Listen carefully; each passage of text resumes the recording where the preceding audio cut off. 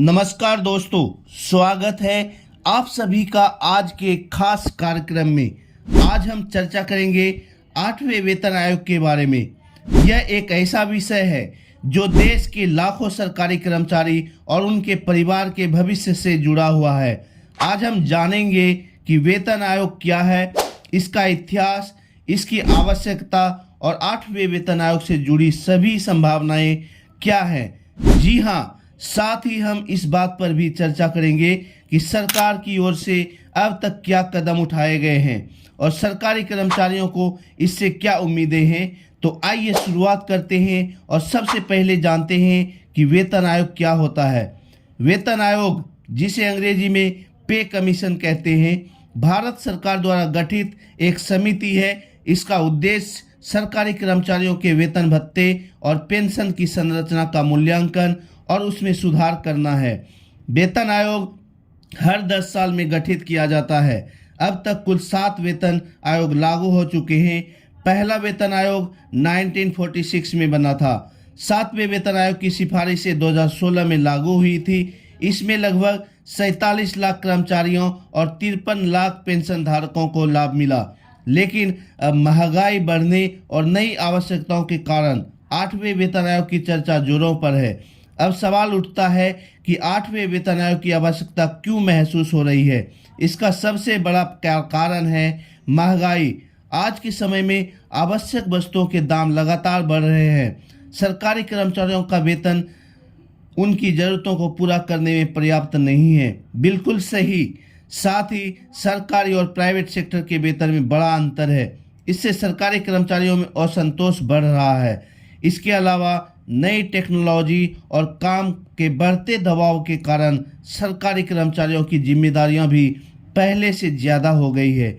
8वें वेतन आयोग के कर्मचारियों की उम्मीद है कि उनका न्यूनतम वेतन बढ़कर 26,000 रुपये हो जाएगा और अभी यह 18,000 रुपये है। यह बदलाव न केवल कर्मचारियों के जीवन स्तर को सुधारेगा बल्कि उनकी कार्य क्षमता में भी सुधार करेगा।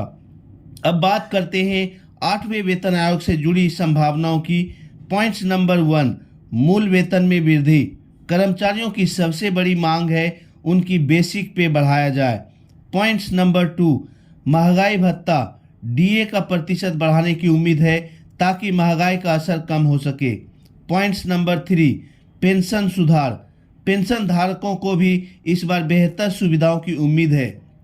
इसके अलावा कर्मचारियों की मांग है कि वेतन संरचना को सरल और पारदर्शी बनाया जाए।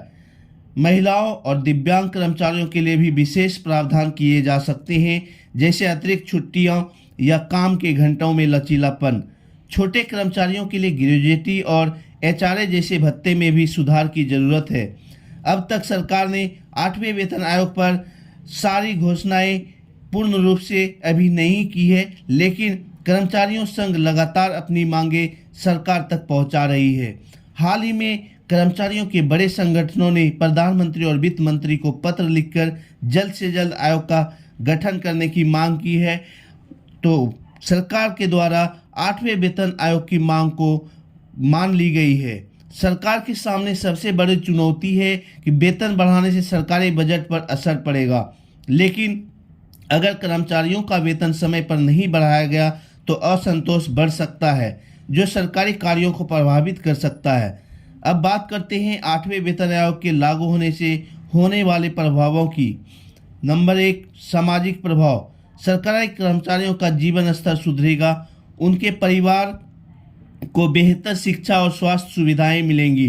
पॉइंट्स नंबर 2, आर्थिक प्रभाव। वेतन वृद्धि से उपभोक्ता खर्च बढ़ेगा, जिससे बाजार में मांग बढ़ेगी, लेकिन सरकारी खजाने पर इसका भार भी पड़ेगा। यह सरकार के लिए एक संतुलन बनाए रखने की चुनौती है। तो दोस्तों, 8वें वेतन आयोग सरकारी कर्मचारियों और देश की अर्थव्यवस्था दोनों के लिए महत्वपूर्ण है। हमें उम्मीद है कि सरकार जल्द ही इस पर सकारात्मक कदम उठाएगी और कर्मचारी की उम्मीदों को पूरी करेगी। पीएम नरेंद्र मोदी ने केंद्र सरकार के कर्मचारियों के लिए 8वां वेतन आयोग के गठन को मंजूरी दे दी है। सरकार ने कहा है इसे साल 2026 से लागू किया जाएगा। 8वें पे कमीशन के अध्यक्ष और 2 सदस्यों के नाम का भी जल्द ऐलान कर दिया जाएगा। 8वें वेतन आयोग का इंतजार लोगों को बेसब्री से था। पिछले काफ़ी लंबे समय से यह सुर्खियों में बना हुआ था। पीएम नरेंद्र मोदी ने केंद्र सरकार के कर्मचारियों के लिए 8वां वेतन आयोग के गठन को मंजूरी दी है। सरकार ने कहा है कि इसे साल 2026 से लागू किया जाएगा। 8वें पे कमीशन के अध्यक्ष और 2 सदस्यों के नाम का भी जल्द ऐलान कर दिया जाएगा। इससे पहले 7वां पे कमीशन साल 2016 में गठित हुआ था। 8वें वेतन आयोग जारी होने की जानकारी केंद्रीय मंत्री अश्विनी वैष्णव ने दी है।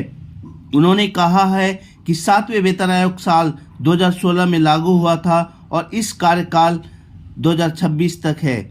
8वां वेतन आयोग साल 2026 से लागू होने हैं। ऐसे में इसकी अनाउंसमेंट इतनी जल्दी करने के पीछे का कारण समय रहते सुझाव, सिफारिशें आदि चीज़ें जैसे सही से हैंडल हो सके, इसलिए इसका गठन इतनी जल्दी किया गया। सरकारी कर्मचारियों को अभी तक 7वें पे कमीशन के तहत वेतन मिलता है। 8वें पे कमीशन के लागू होने से केंद्र सरकार के कर्मचारियों के वेतन में बढ़ोतरी होने की काफ़ी उम्मीदें हैं। इसके तहत सरकार रिटायर्ड कर्मचारियों के पेंशन और भत्ते में बढ़ोतरी कर सकता है। इस आयोग के गठन की सही तारीख अभी ऐलान नहीं की गई है। अश्विनी वैष्णव ने कहा है कि 8वें वेतन आयोग की निगरानी के लिए जल्द ही अध्यक्ष और 2 सदस्यों की नियुक्ति की जाएगी। 8वें वेतन आयोग के आने से सैलरी पर क्या फर्क पड़ेगा, आइए जानते हैं। सैलरी कैलकुलेशन के लिए फिटमेंट फैक्टर एक महत्वपूर्ण भूमिका निभाता है। इससे यह तय होता है कि वेतन और पेंशन में कितना बढ़ोतरी होगी। वर्तमान वेतन आयोग में फिटमेंट सेक्टर 2.57 रखा गया। इसके जरिए न्यूनतम वेतन 7,000 रुपये से बढ़कर 18,000 रुपये हो गया। 8वें वेतन आयोग के लिए 2.86 फिटमेंट फैक्टर की मांग हो रही है। इसके मुताबिक न्यूनतम वेतन 18,000 रुपये से बढ़कर 51,480 रुपये हो सकता है। वहीं न्यूनतम पेंशन 9,000 रुपये से बढ़कर 25,740 रुपये हो तक बढ़ सकता है। प्रमोशन होने और सैलरी बढ़ने पर पेंशन भी बढ़ सकता है। केंद्र सरकार एक आयोग का गठन किया जाता है। इस वेतन आयोग को कहा जाता है। यह केंद्र के सरकारी एम्प्लॉय के सैलरी स्ट्रक्चर में बदलाव की सिफारिश करता है। पिछला यानी कि 7वां वेतन आयोग फरवरी साल 2014 में गठन हुआ था। हालांकि इसे 1 जनवरी साल 2016 में लागू किया गया था। 7वां वेतन आयोग में कर्मचारियों की सैलरी 7,000 रुपये से बढ़कर 18,000 रुपये हो गई थी। अमूमन हर 10 साल में नए आयोग का गठन किया जाता है। So thanks.